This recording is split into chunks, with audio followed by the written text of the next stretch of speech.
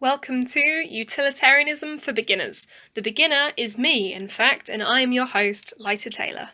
So, when I say I'm a beginner, I literally mean I've had 4 lessons on this.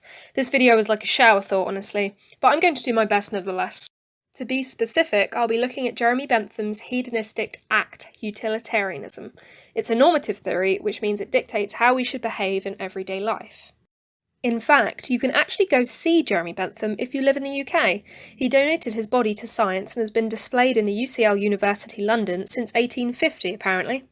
In any case, I digress. Hedonistic Act Utilitarianism states that an action is right if it promotes the greatest happiness for the greatest number. It's an egalitarian theory, as every affected person counts as one, so all sentient beings matter equally. How does he measure happiness, I hear you cry?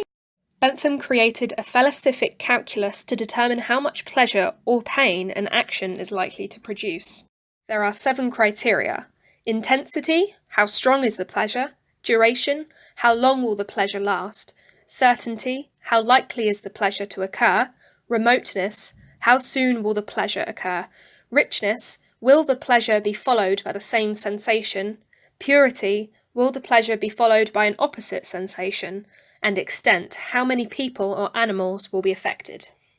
Now, arguably, Bentham's morality is worthy only of a swine. If pleasure is our only goal, nothing distinguishes people from animals. He thinks only of quantity of pleasure, not quality.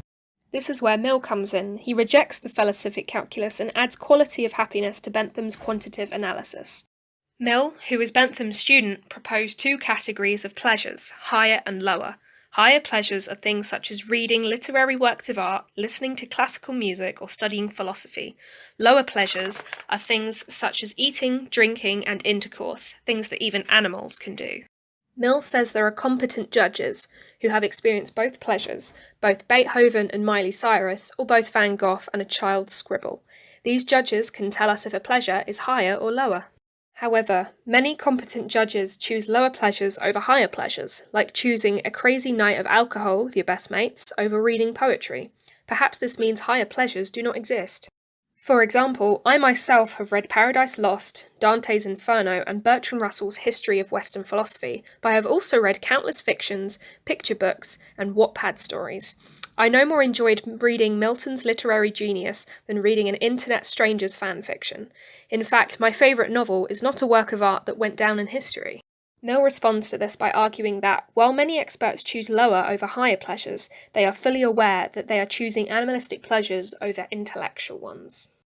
So that's about as far as I got on the basics of Bentham's utilitarianism. I hope you enjoyed the video and I hope to see you all again soon. Good night!